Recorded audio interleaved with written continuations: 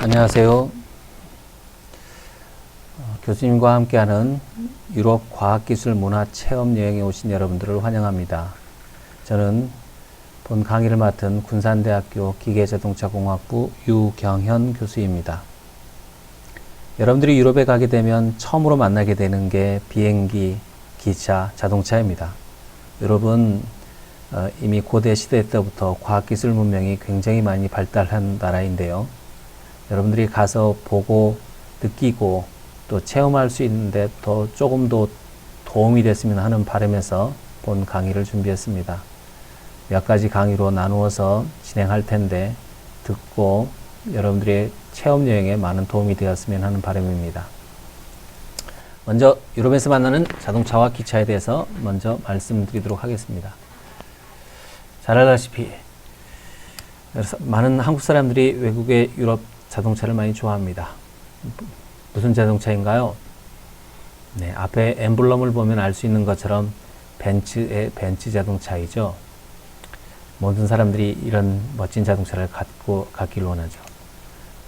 디테일하게 살펴보면 이 자동차 이렇게 멋지게 생겼습니다.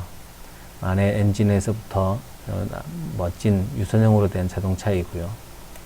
이 차 이름은 벤츠 SLR 맥라런이라는 자동차이고 626마력의 최고 속도가 340km/h에 달합니다. 또 실제 100km까지 제로백 성능이 100km까지 달리는 제로백 성능이 약 3.8초밖에 걸리지 않을 정도로 굉장히 성능이 우수한 자동차입니다. 대신 이때 볼 수 있는 것처럼 가격이 45만 불, 즉 우리 돈으로 약 44억 5천만 원 정도 되는 굉장히 비싼 자동차라는 거죠. 여러분들이 가게 되면 만나는 이런 벤츠, 기본적으로 여러 가지 좀 알아두고 가면 좀 도움이 되겠죠. 벤츠의 마크인 이 엠블럼은 크게 세 가지 축으로 나눠져 있는데 무엇처럼 보이시나요?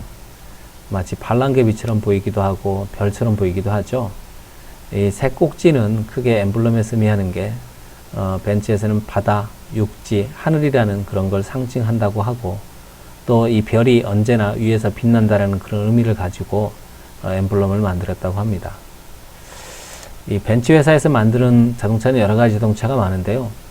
벤츠는 단순한 하나의 회사가 아닙니다. 여러 가지 그룹으로 이루어져 있어서 여러 가지 자동차 회사들을 묶어진 그룹입니다. 여기에 있는 것처럼 마이바흐, 푸조라든지 여러 가지 다양한 자동차 회사가 우리도 이름을 들어보지 못한 자동차 회사가 묶여진 그룹이고요. 실제 이거 외에도 관련된 부품 업체들을 많이 가지고 있습니다. 이 볼트를 생산하는 썬열 다이파스라든지 전자식 에어 서스펜션이라든지 센서, 엔진 관련 변속기 제품들을 생산하는 그러한 컨티넨탈 에이지라는 회사와 그 다음에 가장 많이 알고 있는 ABS 브레이크나 연료 펌프, 디젤 엔진의 연료 펌프를 생산하는 보쉬가 이 회사와 연관되어 있는 회사입니다. 벤츠에 생산되는 자동차는 굉장히 많습니다. 그런데 우리가 보통 벤츠 하면 무조건 다 좋은 차로 생각을 하는데요. 그런데 실제 독일에 여러분들 가보면 알겠지만 벤츠가 독일의 택시로 사용됩니다. 우리나라에서 택시가 소나타나 이런 SM5 같은 이런 자동차를 사용하는 것처럼 독일에도 가면 벤츠가 주로 독일의 택시로 많이 사용되고 있습니다. 벤츠에 생산되는 자동차는 여기 보이는 것처럼 A 클래스, B 클래스, C 클래스, 또 E 클래스, G 클래스, M, R, S 클래스 이렇게 그룹 등급이 나눠져 있습니다. 어느 게 더 비싼 자동차일까요? S 클래스로 가는 것이 더 비싼 자동차이고 고급 자동차입니다. 즉 A 클래스는 우리나라에 보면 소형 자동차, 즉 아반떼나 이러한 자동차에 해당된다고 볼 수 있고요. 그 다음에 E 클래스 정도가 우리나라의 제네시스 이런 정도의 자동차라고 생각하시면 됩니다. S 클래스는 굉장히 더 비싼 고급 자동차라고 생각하시면 됩니다. 또한 이런 자동차 말고도 미니밴이라든지 또 상용 밴, 또 트럭이나 유니모브 같은 다양한 자동차를 벤츠에서 생산하고 있습니다. 국내에도 다른 건 모르겠지만 이 트럭은 많이 들어와서 운영되고 있습니다. 독일의 또 다른 자동차 회사가 오펠입니다. 잘 알고 있는 것처럼. 그런데 아쉽게도 이 독일의 오펠 자동차는 미국 소유의 제너럴 모터스라고 하는 그룹에 소속되어 있습니다. 이 오펠이라고 하는 자동차는 아담 오펠이라고 하는 사람이 초창기 1862년도에 설립을 해서 본사가 독일 헤센주의 리셀스하임에 위치해 있는 자동차인데요. 이 오펠의 그 엠블럼을 보면 알겠지만 엠블럼이 꼭 번개 모양을 형상화한 것처럼 되어 있죠. 오펠 자동차의 모형입니다. 그래서 이 마크만 딱 보면 저건 오펠 자동차구나 라고 인식하시면 됩니다. 또 독일에 가면 이 자동차 말고도 가장 잘 알고 있는 이런 자동차 회사가 있습니다. 어디 회사인가요? 네, 폭스바겐입니다. 폭스바겐은 위에 있는 V와 W를 두 가지를 합쳐서 만들었는데요. 폭스바겐의 의미를 알고 있나요? 알고 있는 친구도 있겠죠. 예, 폭스바겐의 의미는 국민차라는 의미를 가지고 있답니다. 국민차. 폭스바겐도 앞에 있는 그 벤츠와 마찬가지로 하나의 회사로만 이루어져 있는 회사는 아닙니다. 여러 가지 자동차 회사를 묶어진 그룹입니다. 자동차 그룹. 어떤 자동차가 이 회사에 속한지 알 수 있나요? 예, 이런 자동차 회사들이 있습니다. 여러분 잘 알고 있는 우리나라에 들어와 있는 아우디도 이 폭스바겐 그룹에 해당되는 폭스바겐 그룹의 회사의 자동차이고, 벤틀리, 영국의 벤틀리나 부가티 또는 포르쉐, 스카니아 이런 자동차가 전부 다 폭스바겐 그룹에 해당되는 자동차입니다. 폭스바겐 그룹은 굉장히 큰 그룹 중에 하나인데요. 전 세계에 굉장히 많은 그 브랜치 오피스, 즉 각각의 생산 공장과 판매 회사들을 가지고 있습니다. 유럽에만 90개의 그 회사를 가지고 있고요. 아시아에 33개, 미국의 4개의 공장과 남미의 12개, 이 정도 회사들을 가지고 있고요. 유럽에도 살펴보면 주로 15개가 독일을 중심으로 해서 유럽 지역에 많이 분포되어 있습니다. 공장을 다양하게 많이 가지고 있음을 알 수 있습니다. 이것은 그 폭스바겐 그룹 홈페이지에서 얻어낸 정보인데요. 실제로 다양하게 다국적 기업으로서의 역할을 충분히 하고 있다라고 하는 것입니다. 다음으로는 푸조입니다. 푸조 자동차에 대한 것을 지나가는 걸 많이 봤을 텐데요. 어느 나라 회사 자동차인지 아나요? 네, 프랑스 회사입니다. 푸조는 마찬가지로 하나의 회사만 이루어진 건 아닌데요. 푸조와 시트로에라는 지주회사로서 푸조 SA가 그룹을 지휘하고 있고요. 그 산하에 자동차 사업을 총괄하는 그런 회사들을 가지고 있습니다. 하나가 푸조이고 하나가 시트로엔입니다. 대개 이 자동차 그룹을 제외하고 푸조도 자전거, 이륜차 엔진, 운송, 금융, 서비스 등의 사업을 동일하게 진행을 좀 하고 있습니다. 이처럼 여러분들이 유럽에 가게 되면 주요 자동차 회사, 자동차가 지나가는 것을 바라볼 텐데, 마크만 보고도 여러분들이 저 회사는 어떤 자동차일 거구나, 저 자동차는 어느 회사 자동차이구나 라는 것을 구별할 수 있으면 좋겠습니다. 그런데 유럽에만 가면 이런 자동차 회사만 있는 건 아닙니다. 굉장히 많은 다양한 자동차 회사가 있습니다.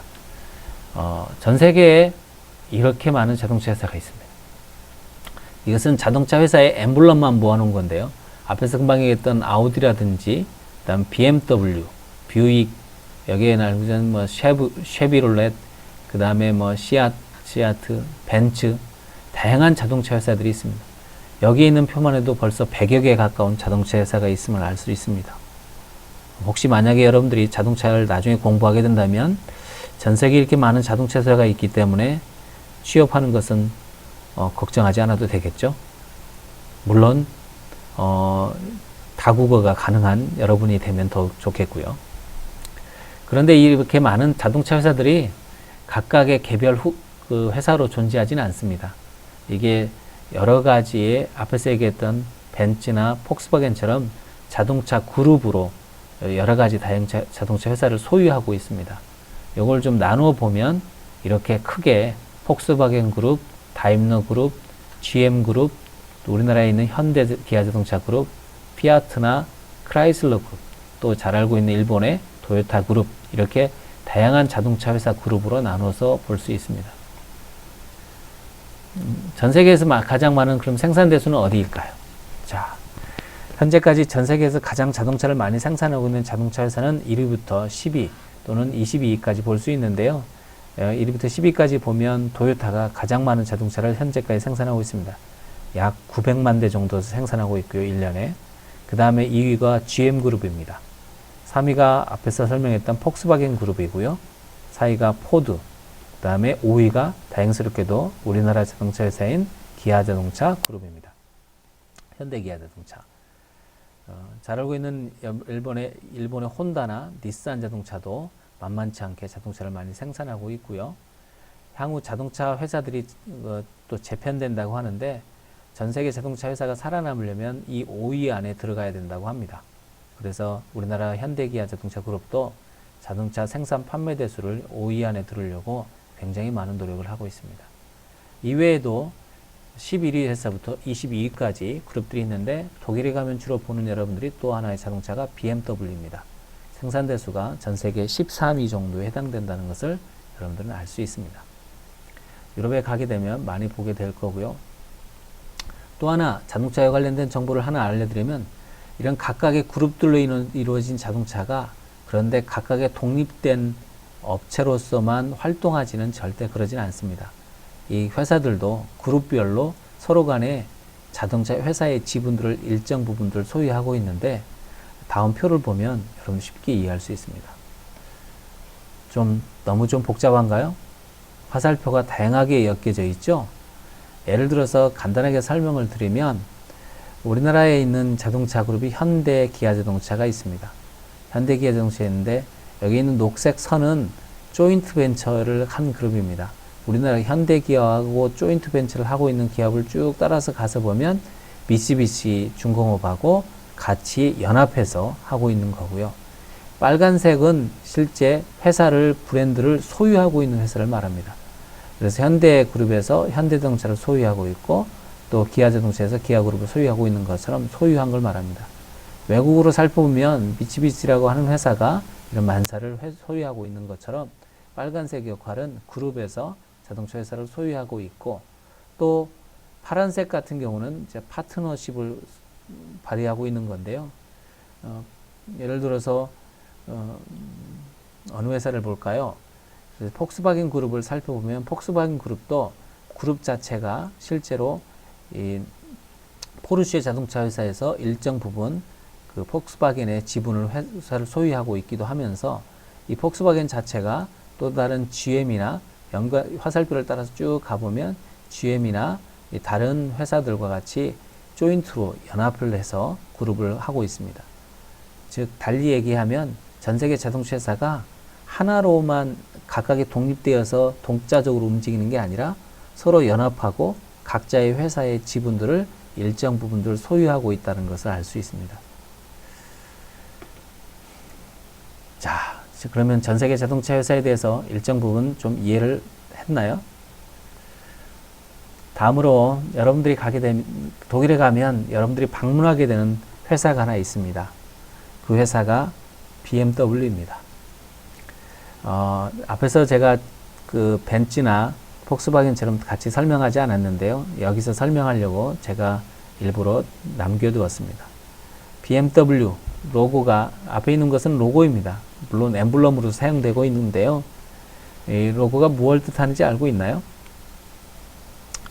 예, 이미 알고 있는 친구도 있겠는데요. 이게 보통 프로펠러, BMW가 원래 항공기 회사부터 출발을 했기 때문에 프로펠러가 회전하는 모습의 형상을 가지고 있습니다.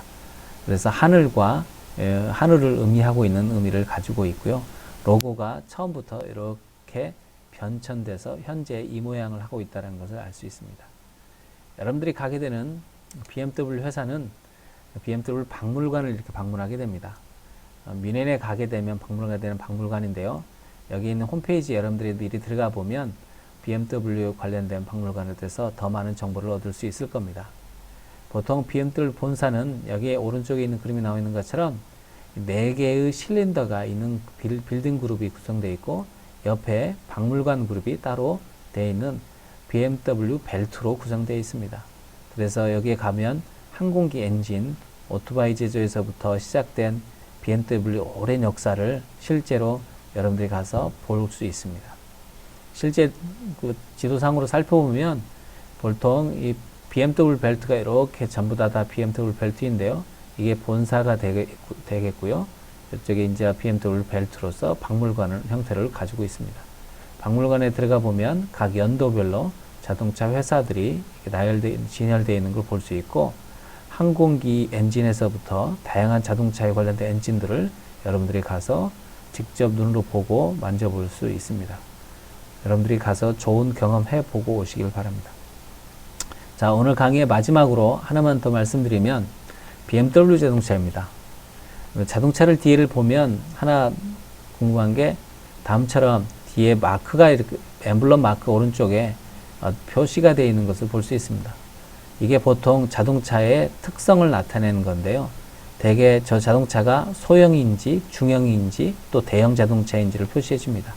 BMW의 경우에 있어서는 이 뒤에 마크에 8 시리즈, 7, 6, 5 이렇게 해서 등급을 나눠 놨고요. 승용차인 경우. 그래서 여기에 보면 5, 3, 5i라고 되어 있는데 요건 다 5 시리즈입니다. 우리나라로 얘기하면 소나타 정도의 시리즈급이라고 생각을 하면 됩니다. 그다음에 승용차나 SUV인 경우에 있어서는 M이나 X를 가지고 모델을 뒤에 설명을 하고 있고요. 스포츠카인 경우는 BMW인 경우는 G로 표현하고 있고, SUV인 경우는 X로만 해서 표현을 하고 있습니다. 이처럼 자동차는 여러분들이 뒤 꽁무니만 봐도 저 차가 승용인지 또는 스포츠카인지 SUV인지를 구별할 수 있고, 또 저 차가 소형인지 중형인지 대형인지 알 수 있습니다. 여러분들 유럽에 가서 자동차 엠블럼과 또 뒤에 있는 마크를 보고 저 차가 특성이 무엇인지 구별할 수 있는 그리고 체험해 볼 수 있는 여러분들이 됐으면 좋겠습니다. 오늘 강의는 이것으로 마치겠습니다. 감사합니다.